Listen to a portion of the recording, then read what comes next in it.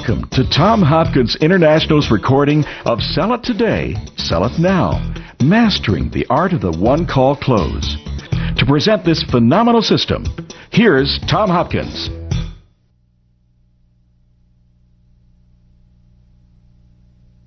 I'm very excited about this new program, Sell It Today, Sell It Now, the Art of the One Call Close. And to give you a little background how I created it, I, of course, live my life looking for ways to better teach people in sales. I'm always looking for technique, strategies, everywhere I go, because my life is training salespeople. It's my passion. Well, I got hired years ago by a company, a large company. They have 500 salespeople. And whenever I do a custom program, I go into the company, analyze their training, because I want to know what they teach their people. I don't want to come in and teach something contradictory to their beliefs or their strategies. So I spent a week with their training director, Pat Leiby. And after a week, I said, Pat, what you teach your people is so good. I have to work with you, if you'll let me, to co-author a book. And I've been asked by many people to do that, and I've never found the material I felt was so valuable for my students. Well, I worked with Pat. We wrote the book, created an audio program, and then, of course, are now putting this on video for you to enjoy. Now, as we do, I want you to realize when you hear the title, Sell It Today, Sell It Now, the Art of the One Call Close, please realize we're talking about one call, not one time. See, some of you have a one-step presentation and closing sequence. And you know that 98 to 100% of the time, if you don't get to check that presentation, you'll maybe never see them again. Now, that would be closing it today. Some of you have a two-step process. You go in for the first call, gather data, come back, present, and then close. Some of you may have a three-step process. What I want you to realize in this program is whatever your goal is on that call, you must accomplish that. So if there's 3 visits, visit number 1, I must get this done, that's closing on that call. Visit 2, I must get this accomplished, closing on that call. And visit number 3 is when I go in and get the check, get the final commitment, get their approval, close the transaction. Okay? So open your minds to this now and tailor-make it to your situation. Now, the first thing we have to realize that in every selling situation, there are only 4 key obstacles to be overcome. And this is from the moment you meet someone to the moment they own your product or service. Now, understanding and working on these 4 keys will help you quickly lower sales resistance and increase sales acceptance. Thus, you'll reach the goal of the closed sale today. Now, let me start off again by saying there's something important here we must discuss. You see, the amount of sales resistance that a person has when you start a selling situation depends on how they met you. In other words, if the sale is buyer initiated, they call you, they walk into your office, they're the ones looking for the product. If they are the ones that contact the company, that is called buyer initiated, and there'll be less sales resistance. When you contact a stranger with a telephone call, or you go to their business, or you knock on their door, that is seller, which you are the seller of the product, initiated. So when the seller initiates the original contact, there's high sales resistance. Now, I think you realize that when you have a referral and the people send you to meet a friend or relative, there's a lot less sales resistance because they've been told good things about you. So again, keep in mind, one of the first keys in this process is you must determine how much sales resistance there's going to be based on that selling situation. Now, for our example, what I want to do is take it and make it the toughest sale you can ever make, so there'll be 100% sales resistance. Now, there's 4 key obstacles in any selling situation, as I mentioned. The first, of course, is trust. Most people, when they meet a salesperson, start with a feeling of, I feel no trust. Now, our goal in our presentation is to move that from no trust to some trust to lots of trust. Because, see, no one will really let you persuade them to invest in anything if they don't trust you. So, you must work toward helping them think, I feel some trust here. Then, of course, the second obstacle is need. Most people, when you present a product to them in the beginning, say, you know, I feel no need. Our goal in our presentation is to move them and change their mindset to one of, I feel some need, and hopefully you can move them to where, boy, I really need this product. Your third obstacle we must overcome is help. Meaning, most people start off with, I might trust you now, I might really need the product, but I don't know if I want to invest in it with you. Meaning they can have a friend in the business, they might know another company.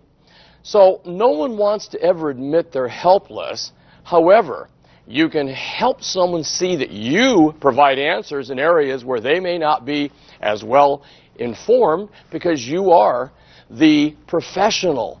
And you know exactly what's best for them based on your experience. So you need to change their mindset to one of, I want your help, you see. They want you. You're part of the equation now. And then, of course, the fourth obstacle is hurry. They may trust you now. They may have a need. They may want your help. But now we have a challenge in a procrastinating society where I feel no hurry. Tie in with the word hurry the word urgency, because one of the keys to a great presentation is we must create urgency throughout the entire presentation. Now, unless there's an emergency situation, no one is going to be in a hurry to purchase anything. Your job is to help them see that by taking care of the buying decision today, they'll be better off than if they wait. They need to think, hey, I feel some hurry here in order to take action. Now, the average person starts every sales situation with a high degree of sales resistance. Now, remember, it depends on how the original contact started. To just have you remember that, a referral, lower sales resistance. They contact you, lower sales resistance. You call them, contact, you start the process. They don't know who you are when you begin. High sales resistance. So when I started to develop this program, I thought, how can I visually have people see the process of reducing sales resistance and increasing sales acceptance?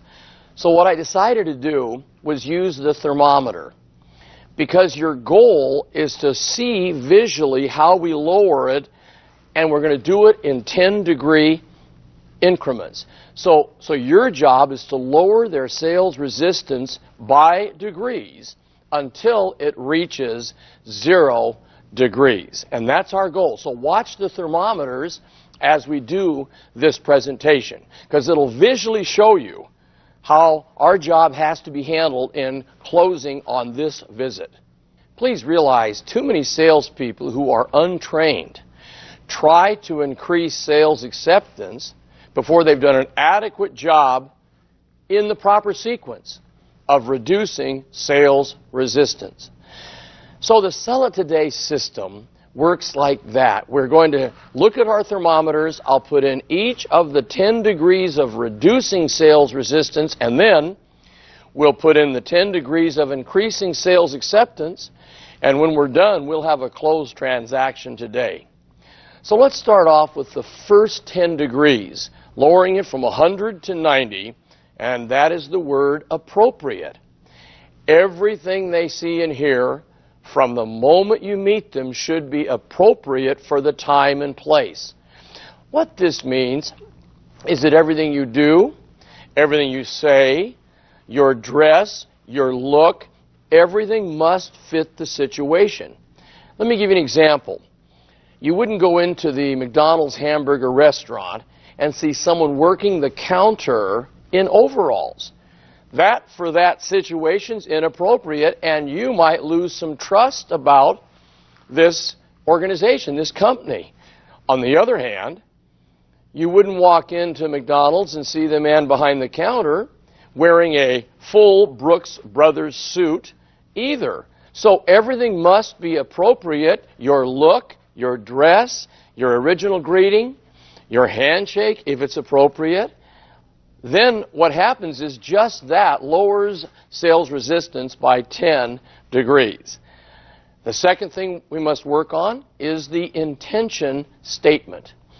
Now, your intention statement contains two things. First, it must clearly explain what your intention is. In essence, you walk them through what will happen during your time together. It's almost like an agenda of sorts. Then you'll ask them what they think about it. It's the flow of events. The second thing is it must imply, not state, that it's okay to say no. That this isn't for everyone. That I don't get everyone involved in this. I'm not going to apply any pressure here. Now, what I'd like you to do is listen and watch as I present now a paragraph that'll show you these items. Ready? John, Mary, due to the fact that we have such a great reputation for quality products, thousands of clients have entrusted their business to us. However, it's not for everyone, so we at Tom Hopkins International don't believe in high pressure. Tonight will be an educational experience that will allow you to determine if what we have to offer will truly benefit you. You see what happens when you do that? The people you're presenting to relax and open themselves up to allow their curiosity to take over. So now we've lowered it another 10 degrees with our intention statement. Now the next thing we're going to do, I call the 3 C's. These are the next 3 things we do to lower it another 30 degrees. Now the first C is so important. It's called commonality. Commonality. See, you must be like a detective and look for clues as to their backgrounds, their likes, their interests, habits, their business, anything you can find that you have in common with them. And that's, again, part of getting in there and doing the original presentation so they feel you have something in common with them. The next C is credibility. Credibility. Now, you must learn the story of your company, and you need to back it up with facts and establish 2 things. The bigness of the company, if your company is large, big reputation, been in business for years, or the quality of service you render to clients. See, I believe a professional salesperson takes his or her company and they'll make it a benefit based on what the company is like. If I worked for a small company, I would find a way to make that an advantage. I would say, John, Mary, I did research and looked at all the companies that do what we do. I saw huge companies with thousands of people. Then I saw companies like ours that had a few true professionals and gave more professional service, and so that's why I chose my company. See, you've got to learn to take your company and make it the best based on what you have to offer the client. If you do that, you'll lower it 10 degrees more. So now we go to the next C, which is called competency. Surprisingly, if you do the first 4 steps properly, this 5th one is almost carried, and it's competency. You see, if you've done everything right so far, they start looking at you as a competent person. It'll be assumed in the eyes of your future client. So again, let me let you hear how I would deliver these 3 C's in my presentation, okay? John and Mary, let me put myself in your shoes for a moment. If I were you, I'd have a lot of questions about what I'm offering here tonight. Here are some of the things I'd want answered. Tell me if you're thinking along these same lines. What is this company all about? How long have they been in business? Is this going to cost me money? Is it going to save me money? Will my time spent with you be worthwhile? How long will it take? I assure you I will answer these questions throughout my presentation. But before we get started, are there any other questions in your mind that I didn't mention so I can be certain to answer them as well? You see, if your questions match theirs, which those will, that's exactly what most people are thinking, they perceive you as competent because you're like them. I'd like you to try this idea. It's best if your questions are jotted down in your own handwriting on a page of the legal pad. And it's almost like you were just thinking about these questions before you arrived. Then, of course, you've taken your pen and you've asked them, are there any other questions that I can cover? They might then say, well, one thing we're a little concerned about, and now you take and write down their question right underneath your 5 or 6 that you have on your pad. It's a wonderful way to start writing right in the beginning. And we've lowered them down now another 10 degrees. We're now going to go to the next area, which is problem identification. You see, if this lead we're working with at the table is a referred lead, you'd use the referrer as an example. Meaning, hypothetically, I'm in front of John and Mary, and Tom referred me to these people. Well, of course, I would say, you know, Tom has told me that he discussed with you his previous challenge with, whatever their challenge was. You apparently agreed that you have the same challenge. Is that right? Now, if it's not a referred lead or a previously unknown product, you'll isolate their challenge with good questions and statements. Kind of like this. You know, John and Mary, after our evaluation, many of the clients we serve find that they have a challenge they weren't previously aware of and that our product can definitely help them overcome it. And they've been lowered another 10 degrees of sales resistance. Then we go to the next area, which is discovery. Discovery. Here you educate them as to the value of gathering in-depth information. Using the art of questioning, we help them discover they not only have a need, but there is urgency to make a decision to go ahead. And another 10 degrees is lowered.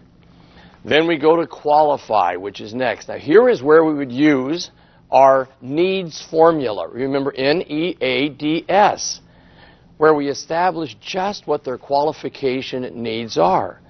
We're going to find out, what do they have now? What do they enjoy? What would they like to alter? Who is the decision maker? And yes, after all of that, we have the solution. Then we go to our next area, which is called need acknowledgement. And you would just say, John and Mary, based on what we have just discussed, wouldn't you agree that this is something your family or your company could benefit from? See, all we're doing here is getting them to acknowledge there could be a need. Now, some of you are going to be sitting in front of a couple or a committee, a group, where they made a decision before you came in that for no reason are they going to say yes today. Now, you'll have some people so strong in this area that you'll feel it when you first walk in. I mean, I sit down and I've done these steps and I can just tell because I'm not getting much input from them.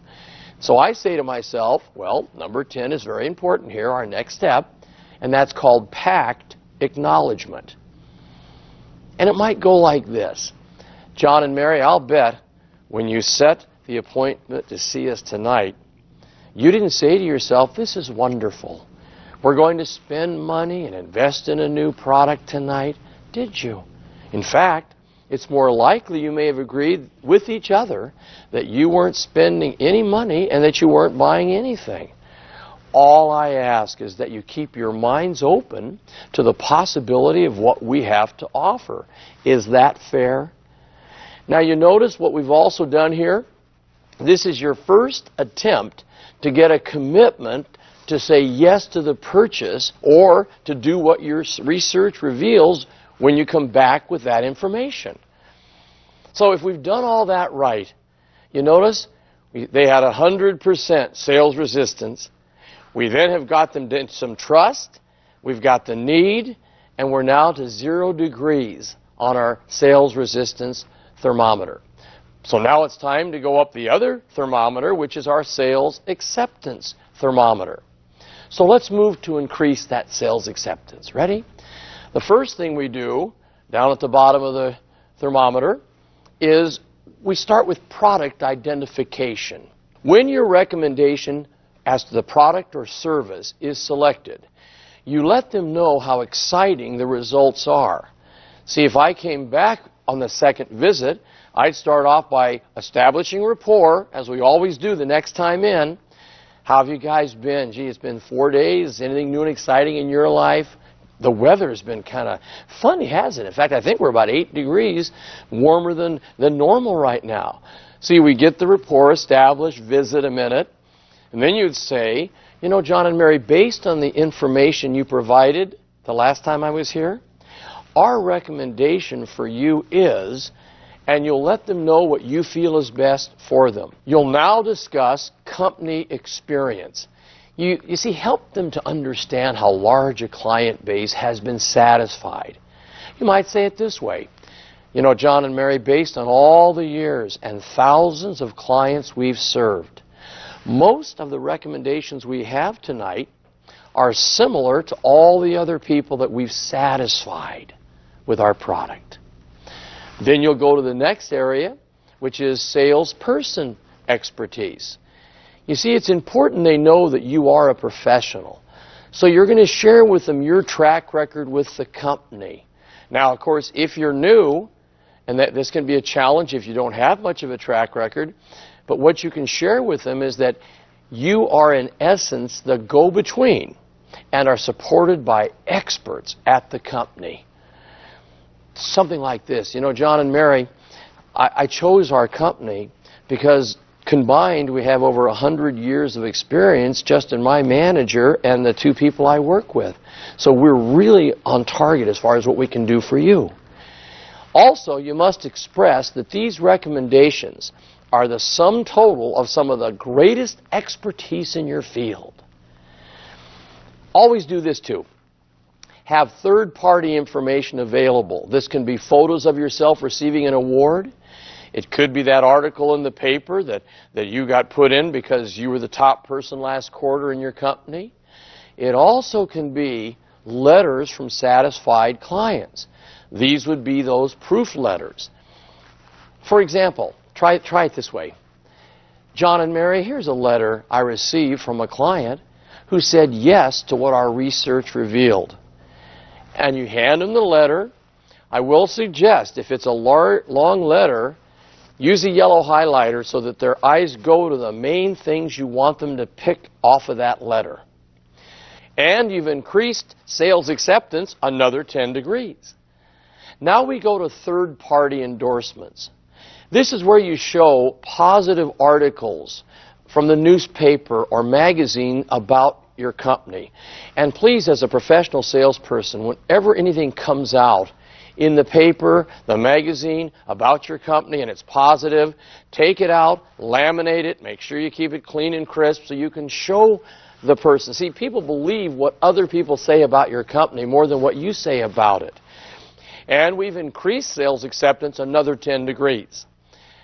Our next area is called product features.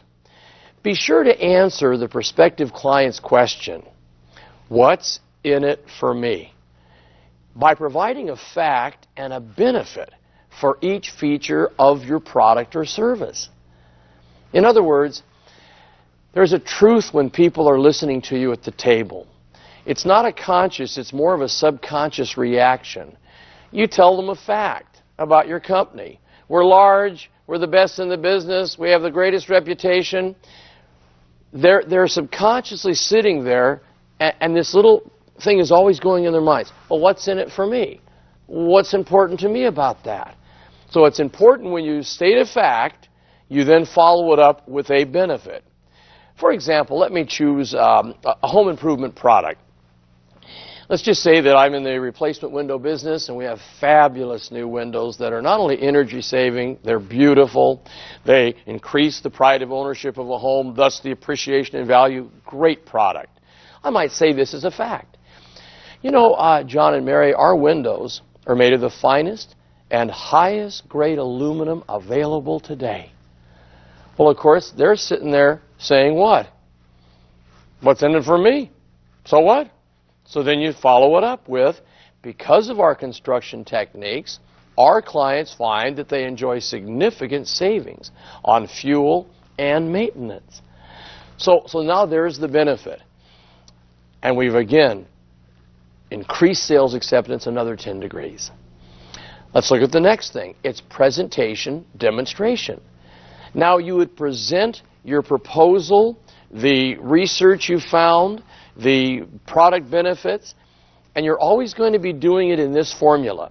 You're going to give them a fact, follow up with a benefit of the fact to them, then you're going to try to create, with what you say, a sense of urgency, and then you're going to ask or request for their feedback. So again, fact, benefit, urgency, request for feedback. Kind of like this. Ready? You know, John and Mary, as we mentioned earlier, our windows are of a very high quality. What that means to you is that you'll spend more time enjoying the view through them than maintaining them and working on them. And you know, with our special fall promotion, you'll save an additional 20% on installation. So John and Mary, if you were serious about saving money on your fuel and energy costs, when do you think would be the best time to have your windows replaced? Did you see all 4 steps? Fact, benefit, urgency, feedback. Very important. And I'm going to give you a kind of an assignment I'd love you to think about, especially if you're a manager and you've been in the business many years. I'd love you to take your product or service and maybe brainstorm with your team and say, let's take a piece of paper and list every fact about our product. Then we're going to write what the main benefit to them is. Then we're going to see what are the things we can say to create urgency. And then we're going to have our feedback from them. Now, I was never aware of this when I was back in real estate many, many years ago. But, you know, I did things like this, and I think back, that's why I closed so many sales. Meaning, for example, I'm going to try to show you how I did it with them. I think this will maybe turn on some lights for you, too. Ready? I'd meet John and Mary, and they'd come into the office. And after we visit a little bit, and I get them a cup of coffee, I'd say, you know, John and Mary, obviously you're looking for a home now because you've heard about what's going to be happening in the future with our freeway that's coming in. And they go, well, we didn't know too much about it. We're new to the area. Oh, boy, is your timing right. You see, they have already proposed the freeway. And as you're probably aware, whenever a freeway comes in, bringing more people, easier to get to work, there's just a jump in appreciation in property. So, wow, great timing. Now, that is the first time of imprinting in their mind urgency. Then, of course, I'd show them homes. I find the one that they like. And I would then say, after benefits of the property, benefits of the location, I'd simply say, well, based on what I told you about the freeway and this home being in such a great location, being in the school district you wanted, when do you think the best time would be to see if they'll go along with us and accept what you'd like to pay for the home? Honey, we need to do this now. And then I went and got feedback from them as to, well, what do you think we should do? Just maybe make a proposal for the seller? Come on, but in fact, before we do that, let's go over the financing to make sure it makes sense. Okay, come on in here. I'd sit them down, go over financing, then I would move into the final closing sequence. I hope you felt that, okay? Then, of course, we go to the next step to increase sales acceptance, another 10 degrees, which is called the 3-option close. Now, what we do here is we allow them to satisfy their natural urge to shop around by presenting 3 possible ways of handling their need. First, we show a product, a service, or the solution that maybe doesn't resolve their need 100%. Then we show another that does slightly more than they need. Last, we show them the product or service that you believe to be the best answer for their need. And it's amazing. They will choose 70% of the time the one you put in the middle of your presentation as you show them the three options. Then, of course, we've now increased sales acceptance another 10 degrees. We'll go to the next area, which is called break the pact. Now, if you remember back, in our sales resistance formula, we had them acknowledge they may have made a pact. Now we're going to break it. Kind of like this. Ready? John and Mary, do you remember how we joked earlier about how you both possibly made a commitment to do nothing about your needs tonight? Mary, I'm going to ask you first. How do you feel about what our research revealed? Now, with that one little question, you listen to the answer and notice the other party's reaction. Then you ask the same question of the second decision maker. John, how are you feeling? See, each will see the other moving forward, agreeing to the proposal, and the pact will be broken. You might say it like this. You know, John and Mary, after what you've seen here tonight, do you think it might be wise to release each other from the commitment to do nothing if what we're offering truly makes sense to you and your family? Just that one little sentence, and they'll break the pact, and you've closed the transaction. And we've increased it 10 more degrees. Then we go to the next area, which is called trial summary. Now, what trial summary is you now just tell them a summarization of all the things they've agreed are important to them. You just say this. So, John and Mary, based on that, let's summarize. We've agreed that it makes sense to replace the windows for the appreciation of the value of your home, to lower your energy costs, which are skyrocketing in our country, to, of course, get it done before the summer so we have even more savings. And I would hit 2 or 3 more on that one product or service. Then you just simply say, John, so at this point, don't you agree it's a wise decision to get started this week? You know, Tom, I sure do. I think it's something we should do. And then, of course, you then move right to the next step, which is called the investment close. In other words, we now ask for the money. You just smile and say, so to get started right now, we'll need a check in the amount of, and we'll get your approval right here on our paperwork. Oh, I hope that you will work on these 2 thermometers. I also hope that you'll take each step, and if it's not quite right for your product or service, that's one of your goals in the training, to tailor make it. For you that are brand new, a lot of this may not have a lot of meaning till you get to the table or the desk of presentation numerous times. That's why it's so important you review it. You take your workbook, you analyze the 10 steps of reducing sales resistance, the 10 increasing sales acceptance. You make all this part of your presentation, and I promise you'll be stronger at the table in presenting. You'll handle areas of concern better. You'll close more sales. You'll get more referrals. Your income will go up, and that's what this is all about. Don't you agree?